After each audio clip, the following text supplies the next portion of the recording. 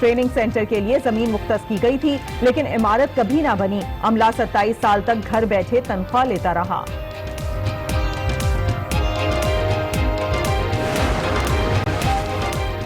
سانحہ چنیا کے ملزم سہیل شہزاد نے اعتراف جرم کر لیا۔ 8 سالہ عبدالحمید کو زیادتی کے بعد قتل کیا۔ لاش 2016 میں روہی نالے سے ملی تھی۔ ملزم 5 بچوں سے زیادتی اور قتل کا اعتراف کر چکا ہے۔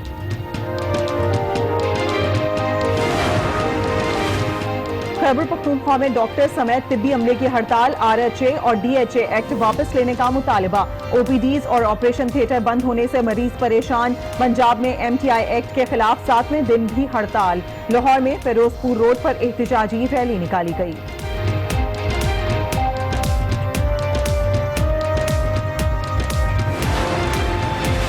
کراچی میں ڈینگی نے ایک اور جان لے لی۔ 35 سالہ خاتون نجی اسپتال میں چل بسی۔ مزید 192 کیس رپورٹ۔ شہر میں تعداد 2333 ہو گئی۔ ڈینگی مچھر صوبے میں 18 جانیں لے چکا ہے۔ سابق ایڈیشنل IG کراچی افسر شاہد حیات کی نماز جنازہ پولیس ہیڈ کوارٹرز گارڈن میں ادا کر دی گئی۔ نماز جنازہ میں وزیر اعلیٰ اور میئر وسیم اختر کی بھی شرکت۔ پولیس دستے کی سلامی۔ آبائی علاقے ڈیرہ اسماعیل خان میں سپرد خاک کیا جائے گا۔ PS 11 لاڑکانہ میں ضمنی انتخابات کل ہوں گے۔ پولیس اور رینجرز کی نگرانی میں انتخابی سامان کی ترسیل۔ 138 پولنگ اسٹیشنز قائم کیے گئے ہیں۔ پولیس اور فوج کے جوان تعینات ہوں گے۔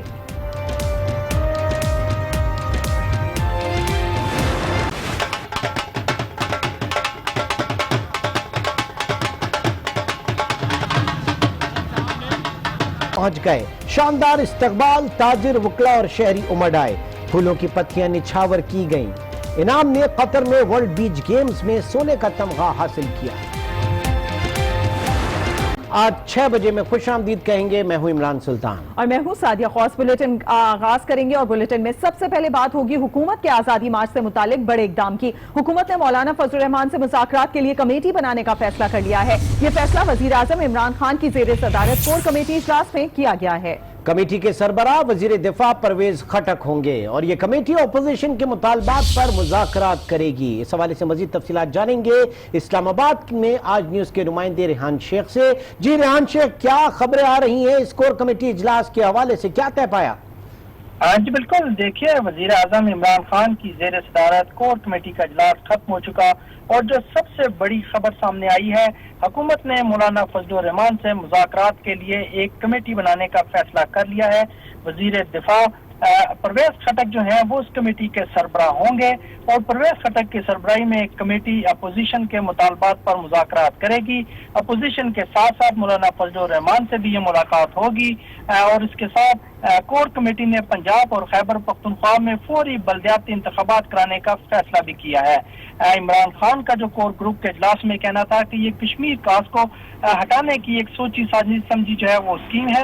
حکومت کو معیشت اور کشمیر جیسے چیلنجز کا پہلے ہی سامنا ہے۔ اندرونی انتشار کشمیر کاس کو نقصان پہنچا رہے ہیں۔ ذمہ داری سونپی انہوں نے پرویز خٹک کو کہ جیسا بھی ممکن ہو مذاکراتی کمیٹی کے ذریعے آزادی مارچ کا جو ہے اپوزیشن کے ساتھ رابطے کیے جائیں اور انہیں قائل کیا جائے کہ یہ موقع مناسب نہیں ہے اور اپنا جو آزادی مارچ ہے یا تو اس کو لمٹ کیا جائے یا اس کو ختم کیا جائے۔ حکومت نے مولانا فضل الرحمان سے مذاکرات کے لیے کمیٹی بنانے کا فیصلہ کر لیا ہے اور کمیٹی کے سربراہ وزیر دفاع پرویز خٹک ہوں گے۔ اپڈیٹ کر رہے تھے ریحان، بہت شکریہ آپ کا۔ مذاکرات سے پہلے وزیر اعظم کو استعفیٰ دینا ہوگا، مولانا فضل الرحمان بھی ڈٹ گئے۔ سربراہ جمعیت علماء اسلام کہتے ہیں استعفے کے بغیر کوئی مذاکرات نہیں ہو سکتے۔ بڑی خبر، مذاکرات سے پہلے وزیر اعظم کو استعفیٰ دینا ہوگا، مولانا فضل الرحمان بھی ڈٹ گئے۔ جمعیت علماء اسلام کے سربراہ کا کہنا ہے کہ استعفے کے بغیر کوئی مذاکرات نہیں ہو سکتے۔ انتظامیہ کے ساتھ بیٹھ کر پلاننگ کرتی ہے۔ 2001 میں ہم نے کوئی 20 لاکھ سے زیادہ لوگوں کو 3 دن تک پشاور میں اکٹھا کیا۔ انتظامیہ کے ساتھ بیٹھ کر انہوں نے اس کے انتظامات سنبھالنے کے تمام معاملات شراکت کے ساتھ چلائے۔ پھر اس کے بعد ابھی پچھلے سال 2 سال پہلے ہم نے جمعیت کا 7 سالہ کیا، اس میں انتظامیہ کے ساتھ شراکت کے ساتھ اسی تنظیم نے پورے نظام کو سنبھالا